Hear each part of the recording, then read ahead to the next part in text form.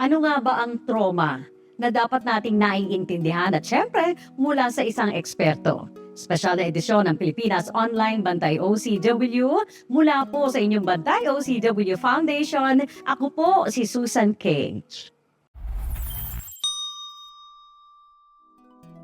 Dinalaw tayo dito sa Pilipinas ng ating partner katuwang pagdating po sa mga usapin ng psychology, ng counseling, ang ating psychotherapist mula po sa Canada at siya rin po ang kumakatawa sa Compassionate Assistance for Resistant Experiences. Naku, ano nga ba yan? Dr. Alice Labaw, welcome back!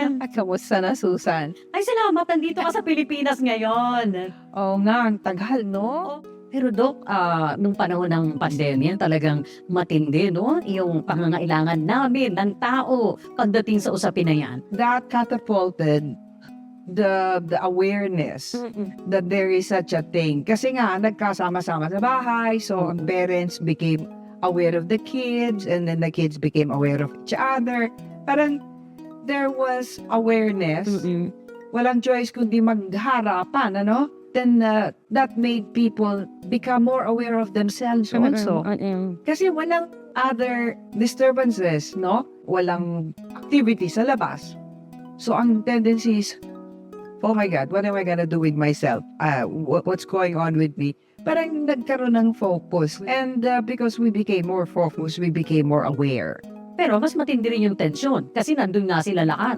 Nasa isang bahay at kanya-kanyang buhay. Yes. Nagkakatingin na nagkakikitaan sa matalang dati. Pagising sa umaga, kanya-kanyang alis Lakad na. Oo. Oo, Wala nang tao isa-isa. sa bahay. Oo, yan. Maraming activities to take your focus away from what is really going on. Ngayon, during the pandemic, kailangan harapin. Nagkaroon ng pagkakataon. I think the whole world, we were able to recalibrate. I would use the word recalibrate or reassess. O nagkaroon tayo ng moment to reassess what is going on with life. So, ibig sabihin, Dok, bit-bit natin lahat to, yung experience natin sa COVID time o ng pandemic. Yes, whether we like to admit it or not, yun marami pa ring in denial. Pero because of the pandemic, we were not allowed to go out. We were not allowed to recreate or to get ourselves busy with other things. We were made to focus. Yung tinatawag nating in denial. Madali kasing maging in denial kasi kung meron kang gagawing iba, hindi ko na lang yan aatendihan. Hindi deny mo na meron kang kailangan gawin. Okay? Parang wala naman yung pinagkaiba dun sa inutusan mo yung anak mo. Sabi mo, yan ang gawin mo. Kasi may ginagawa pa ako. Ayan. Aha. Okay, so tutumbukin na natin yung trauma, yung Yeah. ating topic sa episode na ito. Yung trauma, Dok, ano nga ba ito? Like for instance, Susan, ano ang understanding mo, for instance, ng trauma? Yung mga experiences, sitwasyon na hindi ko makalimutan. Event. Di ba? Right, Oo, event. Oo, Okay. event. Usually, ang iniisip ng tao when it comes to trauma, masamang event. Oo. Di ba? Traumatic naman yan, yung mga ganun, di ba? Napaka-traumatic, oo. Ang tinatawag nating trauma is usually yung pangyayari. Opo. Okay? Kung ano yung nangyari. Kung ano, na-aksidente. Okay?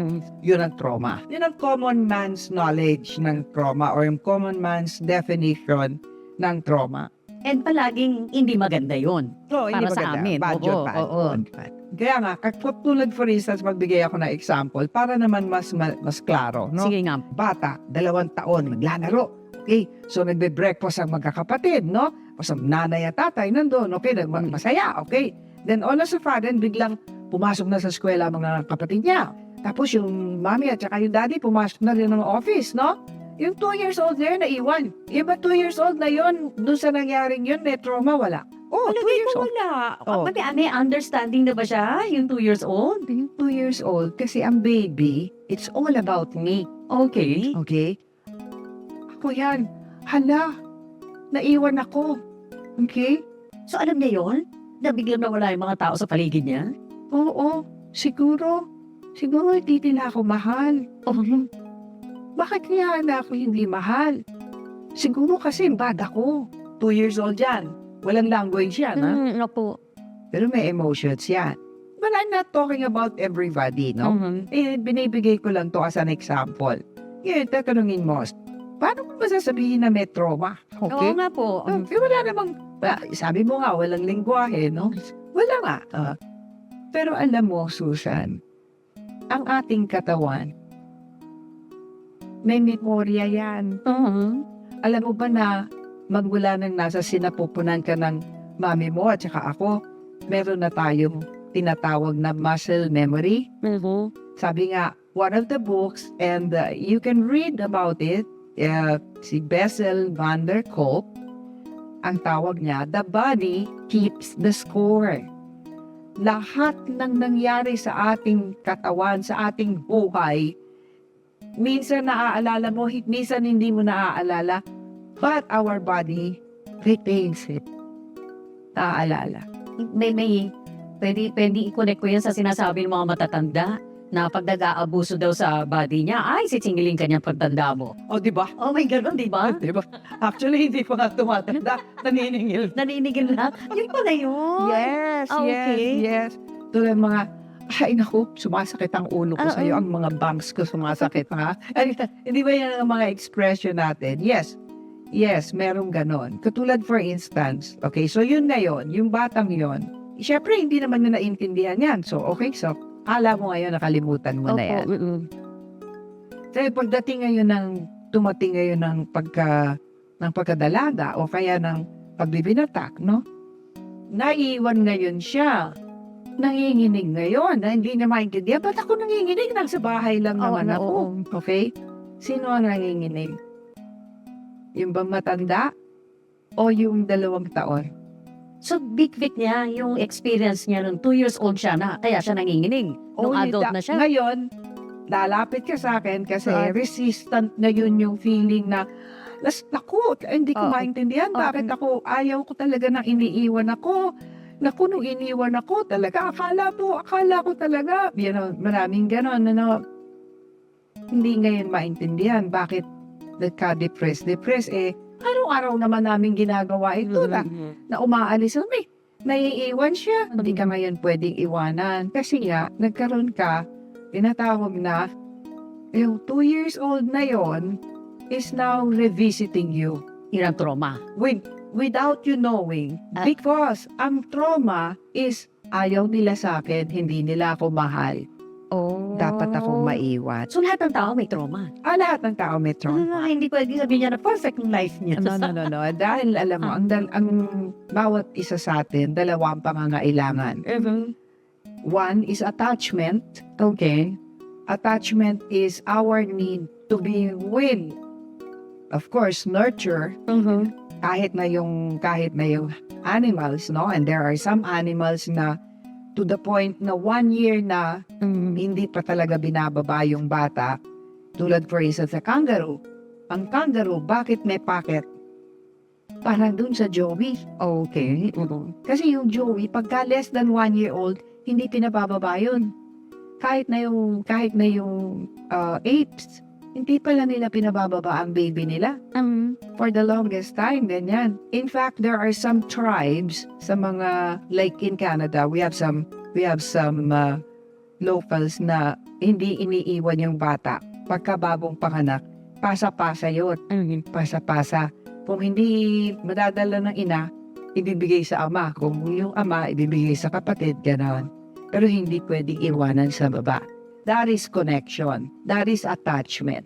Because without attachment, we will not survive. So, Okay. likas yan. Yan, By likas nature, yan. kailangan natin By yan. nature. Okay. Another one is authenticity. Tunay mong pagkatao.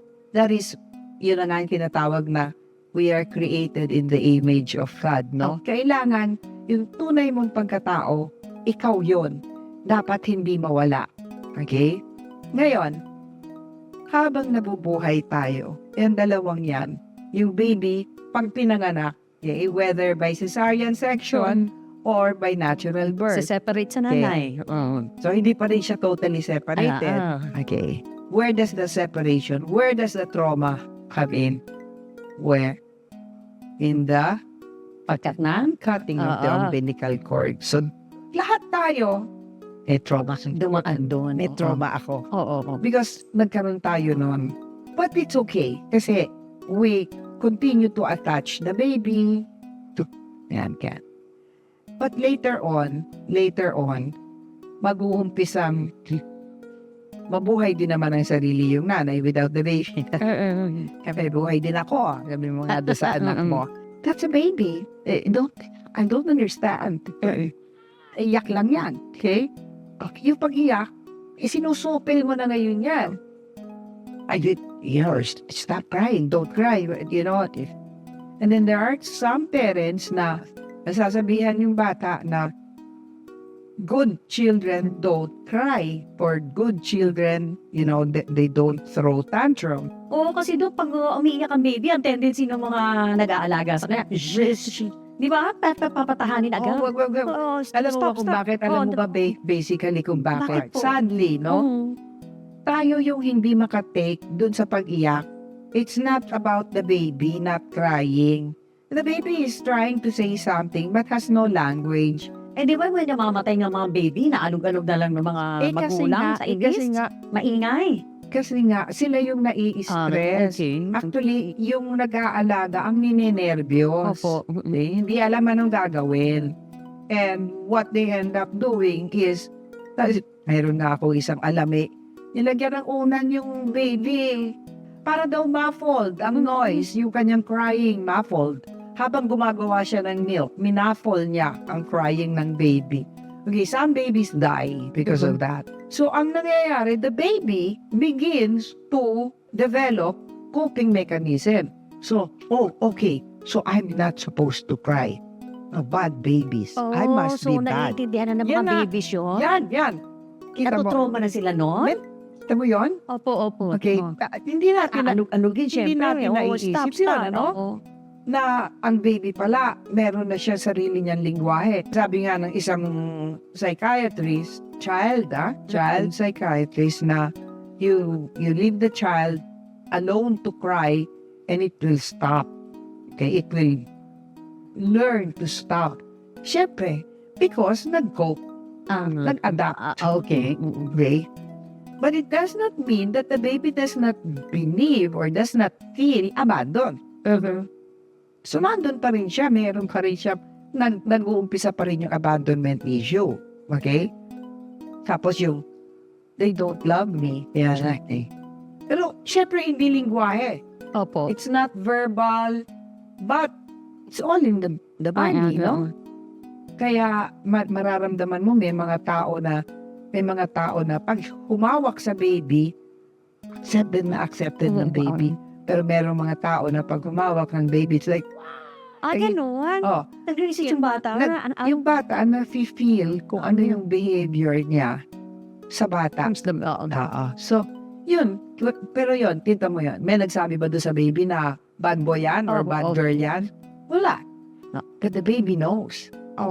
Because the baby has muscle memory. Tsaka may hinihitian siya, Yeah. may ayaw siya.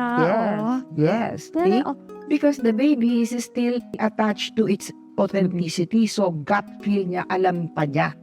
Okay? And that's the reason why it's very important to have that authentic self. And we will nurture that. We should nurture that in our baby. Bakit mahalaga, Doc, na alam namin, naiintindihan namin na, kahit mga nagretiro na, matatanda na maintindihan pa rin anong ibig sabihin itong trauma. The reason why we are now learning so much more about it is, katulad nga yung, balikan natin yung pandemic, marami niya ngayon yung mga manifestation na yan na nangyayari sa pamilya natin na, hindi ko akalain na ganyan na pala yan. You know what happened? I didn't realize that he was so sad. I didn't realize na nagaganyan na pala yan, naninigarilyo na pala yan, or nagiinom na pala yan. Yun, marami tayong hindi na-realize na ngayon, because of the pandemic, we got confronted with the truth. And because this is now happening in front of us, okay, we can no longer deny it. Okay, we have to attend to it. So that's where it is important to understand na nagkaroon ito ng trauma ni hindi ko alam. ni hindi ko man lamang namalayan. Because the kids, because ang bata, yun na nga, dahil bata pa siya, iniiwan na natin, no? I will not tell my mom because my mom is so busy. Because my mom is too busy for me. Or maraming ganyan. Maraming ganyan. Oo. Tsaka nagigilty na nga yung mga magulang pag narinig nila. Pero Uy, hindi, ganun pa na ako, ganun pa na. Di ba? pero hindi nga natin alam. Hindi pa na alam na pag may nagsabi na rin sila. Yes. Tinago ko to na matagal na panahon kasi busy yung parents ko. Yes, but Ano you ba yun? see, during pandemic, this all came out. yes po. See? Na nangyayari, ba't hindi mo sa akin sinabi? Tahimik lang yung bata. Dapat sinabi mo sa akin agad yan. Okay, yan ang maganda sana, ha? Eh, paano naman yung, ano, nangyari yan? Oo. And, normal to, ha? Common yan. Ano, nangyari yan? Ba't di mo sa akin sinabi? Hala, di ba? Naku, very interesting sa mga susunod na episode natin. Nagagamot nga ba yung trauma? At syempre, ugatin din natin ano nga ba yung mga manifestation yan? Antabayanan po sa mga susunod na episode ng counseling segment natin with Dr. Alice Labao, ang ating psychotherapist. Doctor, anong gusto mong iwanan sa ating mga kababayan sa loob at labas ng ating bansa? Ang akin lamang na masasabi, if there is anything that ikaw mismo, Susan, ikaw mismo, hindi na kailangan makita ng iba pa. Ikaw mismo, if there is something that is parang repetitive sa buhay mo, no? Parang paulit-ulit kaya ito. Parang, bakit ganon? Parang, hindi ko yata maintindihan. Paulit-ulit itong nangyayari sa akin. Paulit-ulit akong naloloko. Paulit-ulit akong nangungupit. Paulit-ulit akong nagsisinungaling. Meron eh. Yan ang tinatawag na repetitive, no? Yung pagtanong mo ng bakit, enigmatic yun eh. Kasi hindi mo nga maintindihan. That is already a sign na meron tayong dapat alamin tungkol sa ating nakaraan na nangyari. Whether we remember it or not, okay, is important. It is not always remembered. It's not always clear. So when that happens, humingi tayong tulong. Yan, kaya talagang ini-encourage na po ang ating mga kababayan, ang lahat ng tao saan man sa mundo na seek professional help. Yes, magsabi tayo. Yeah, thank you very much. Mga kaibigan, ang ating 3-in-1 kung tawagin nga namin, psychologist, psychiatrist, psychotherapist, walang iba si Dr. Alice Labao ng Compassionate Assistance for Resistant Experiences. Ito po ang inyong counseling sa pamamagitan ng inyong Bantay OCW Foundation dito sa Bantay OCW Program para sa Inquirer.net at OFNmedia.net. Ako po si Susan K.